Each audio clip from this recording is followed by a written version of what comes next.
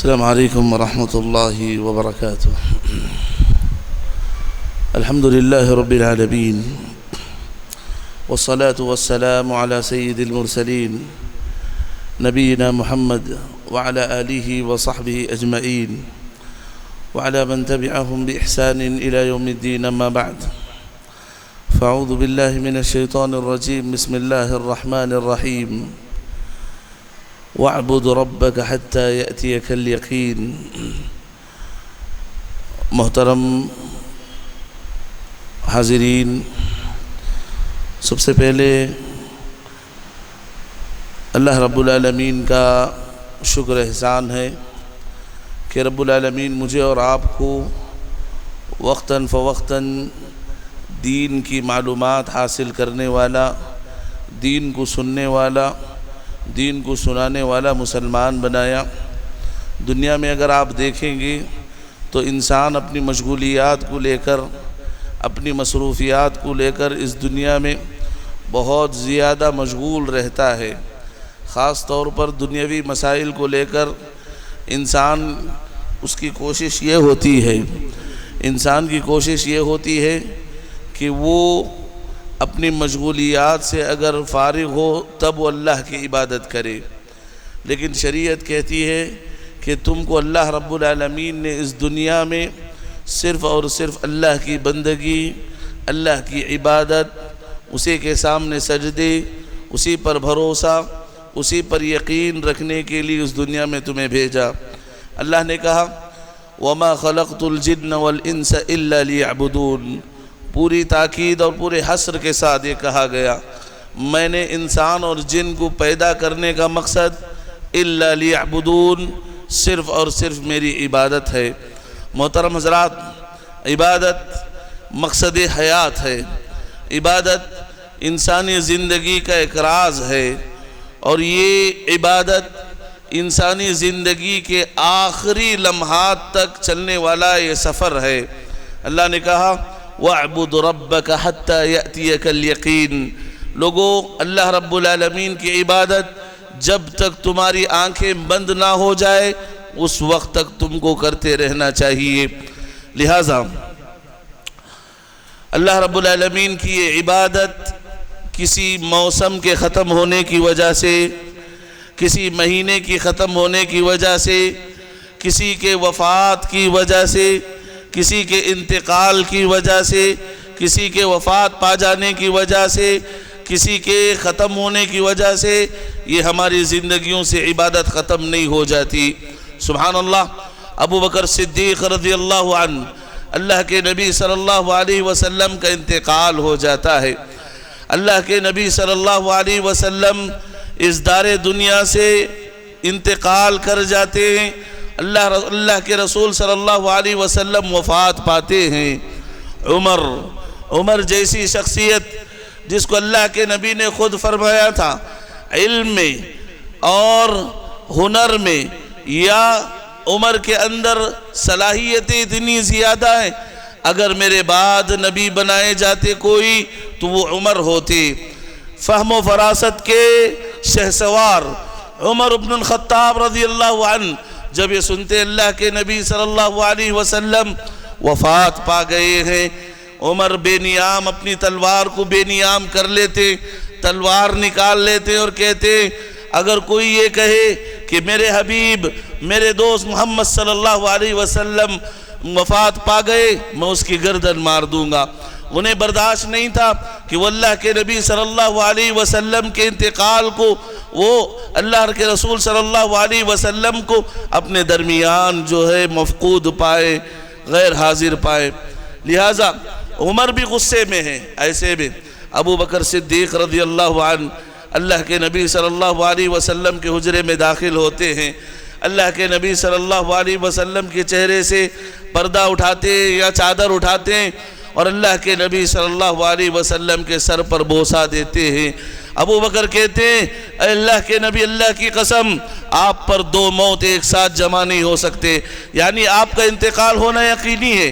چنانچہ ابو بکر عیسیٰ رضی اللہ عنہ کے گھر کے باہر آتے ہیں، کیا دیکھتے؟ عمر میرا دوست جو ہے غصے میں ہے، لوگوں کے ساتھ ان کے سامنے تلوار ہے، غصے میں ہے۔ ابو بکر صدیق رضی اللہ عنہ سبحان اللہ ممبر رسول پر چڑھتے ہیں اور خطبہ دیتے ہیں۔ کیا کرتے ہیں؟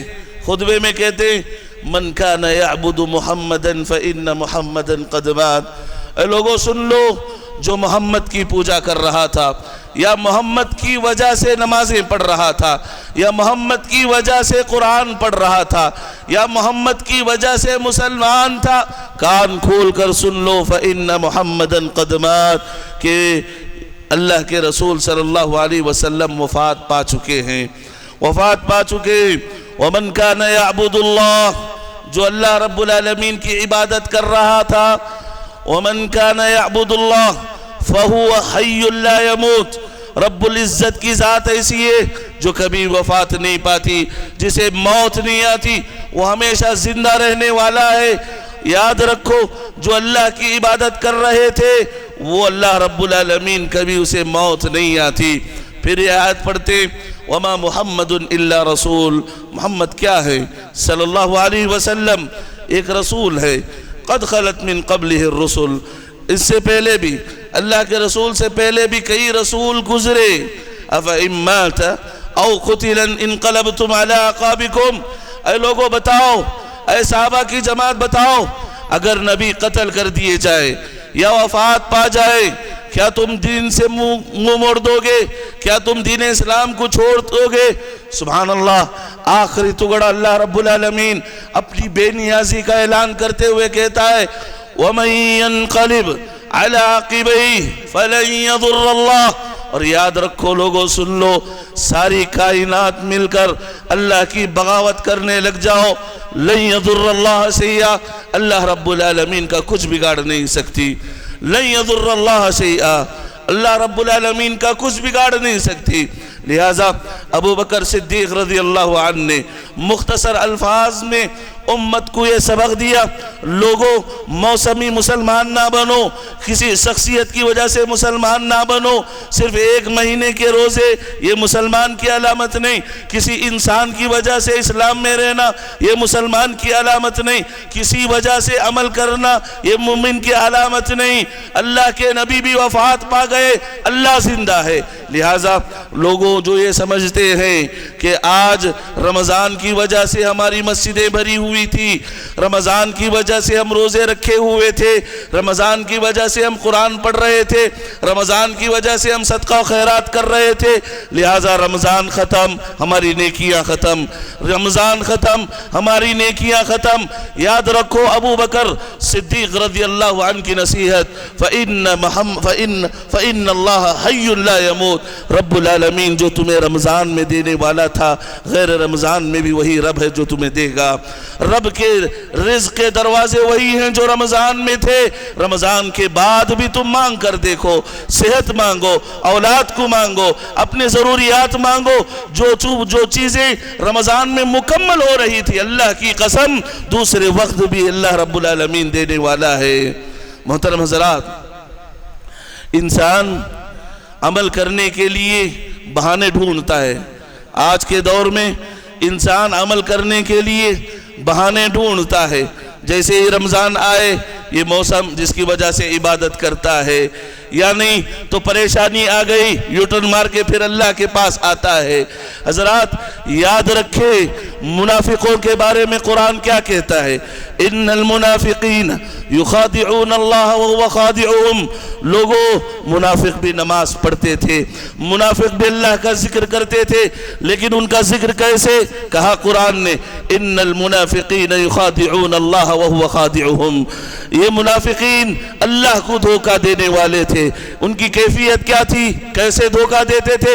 وَإِذَا قَامُوا إِلَى الصَّلَاةِ، جب وہ نماز کے لیے کھڑے ہوتے، قاموا کسالى، سستی سے، کاہلی سے۔ لوگ جس طرح آج وقت چھوڑ کر نماز پڑھتے ہیں یا نہیں، تو ہماری پہلی صف ایک ہوتی ہے جس میں امام کے ساتھ لوگ ملے ہوئے ہوتی ہیں، دوسرے صف سے ہمارے مسبوقین نظر آتے ہیں، یا کھڑے ہوتے بھی ہیں تو ساری دنیا کی مشغولیات ذہن میں لے کر کھڑے ہوئے ہوتے ہیں، سب سے آخر میں آتے ہیں اور سب سے پہلے مسجد سے نکلتے ہیں۔ یہ منافق کی علامت بتائی گئی۔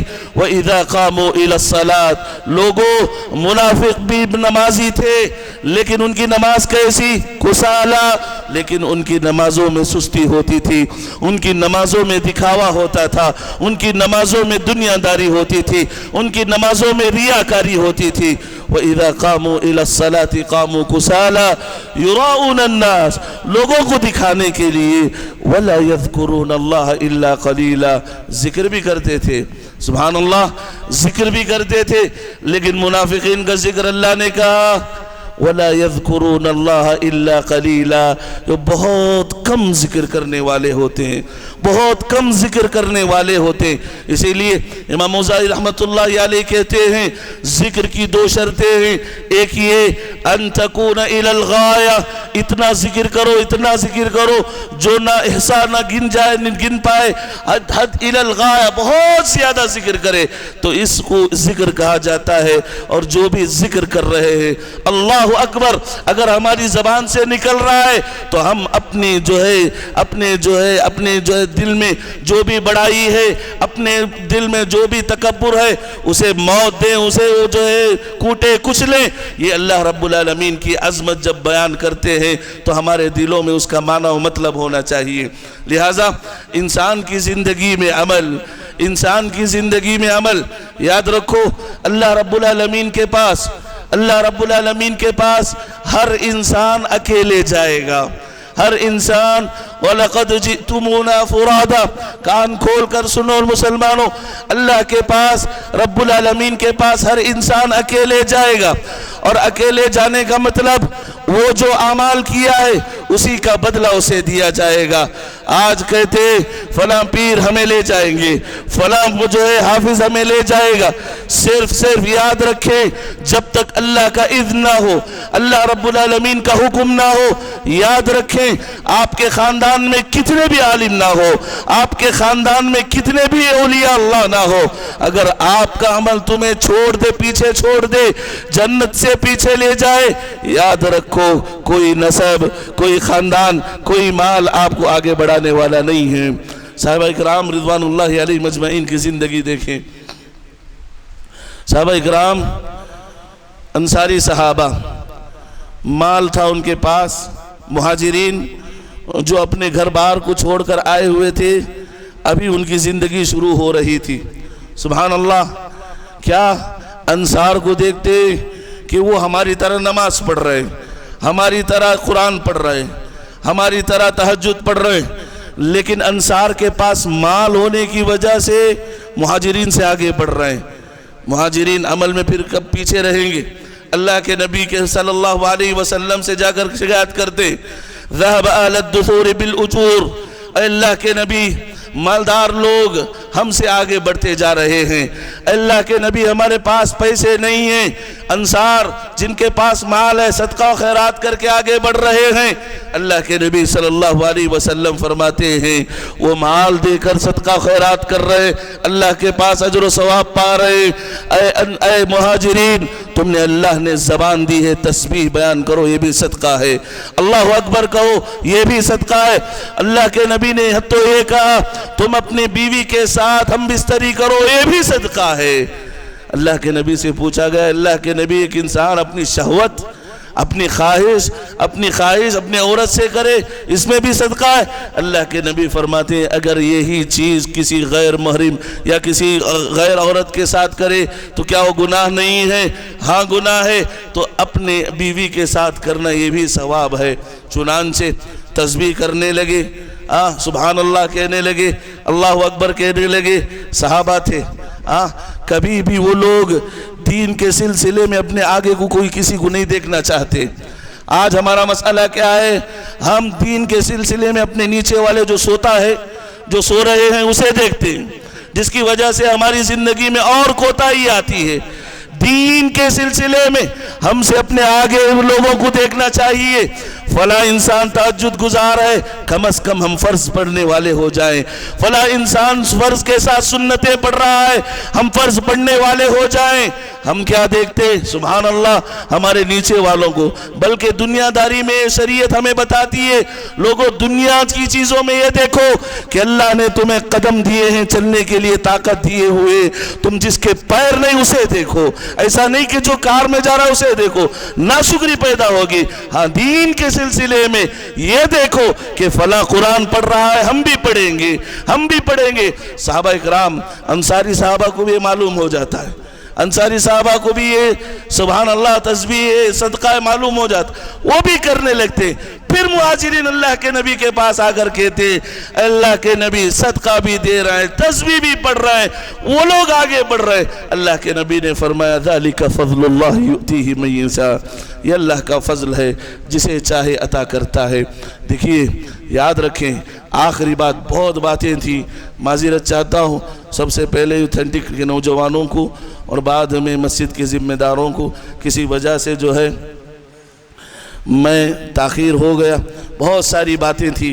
ایک بات جو امام ابن القیم رحمۃ اللہ علیہ عبادت کے سلسلے میں کہہ رہے ہیں، اللہ کے نبی صلی اللہ علیہ وسلم فرماتے ہیں لا تحقرن من المعروف شیئا، لا تحقرن من المعروف شیئا ولو ان تلقى اخاك بوجه طلیق۔ اے لوگو کسی بھی نیکی کو معمولی نہ سمجھو، کسی بھی نیکی کو معمولی نہ سمجھو، وَلَوْ أَن تَلْقَى أَخَاكَ بِوَجْهٍ طَلِيقٍ۔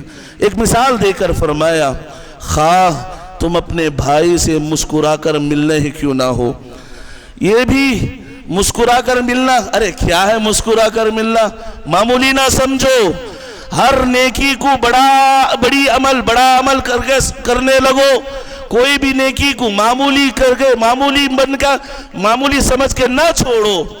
امام ابن القیم رحمۃ اللہ علیہ فرماتے ہیں کہ اللہ کے نبی نے یہاں اصول بتا دیا، تم ہو سکتے ہو بڑے مالدار، تمہاری وجہ سے 100 گھر پل رہے ہوں، ہاں تمہارے بڑے نیکیاں ایک جگہ ہے، لوگوں اپنے نیچے والوں کو مسکرا کر ملو۔ تم بڑے نمازی ہوں گے، مسجد کے ذمہ دار ہوں گے، تم حافظ قرآن ہوں گے، تم مدینے سے سرٹیفکیٹ لے کر آئے ہوئے ہوں گے، تم بڑی باتیں کر رہے ہوں گے، لیکن تم کو اپنے بھائی سے مسکرا کر ملنا یہ بھی نیکی ہے، اسے نہ بھولو۔ ہاں علامہ ابن القیم پھر لکھتے ہیں شیطان کا ایک بڑا حربہ کیا ہوتا ہے کہ وہ انسان کو اپنے سامنے ہونے والے بڑے نیکیوں کو رکھتا ہے اور چھوٹی نیکیوں سے اسے محروم کر دیتا ہے۔ ارے تم تو بڑے عالم ہو، ہاں تم تو بڑے عالم ہو، رستے سے گزرنے والی چیز کو کیوں ہٹاؤ گے، بڑے ہو بھائی، مسجد کے فلاں ہو، قوم کے لیڈر ہو، تمہاری کمر کیوں جھکے گی؟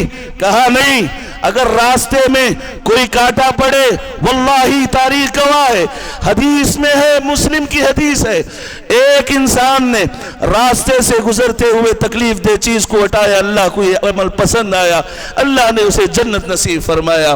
یہ اللہ کے نبی نے اصول کے طور پر کہا لوگوں تم کتنے بھی بڑے کیوں نہ ہو جاؤ، نیکی کو معمولی نہ سمجھو، مسکرا کر ملو، دل کو صاف رکھو، عبادتوں میں آگے بڑھو، عبادتوں میں آگے بڑھو۔ لہٰذا انسان کو چاہیے کہ وہ اللہ رب العالمین کی عبادت ہمیشہ اور یاد رکھے جب تک یہ سانسیں ہیں اس وقت تک ہونی چاہیے۔ اور یاد رکھے اللہ کے نبی نے ایک دوسری حدیث میں بھی فرمایا العبادت فی الحرج، آج جنگیں چل رہی ہیں سب کو معلوم ہے، کافی ہے،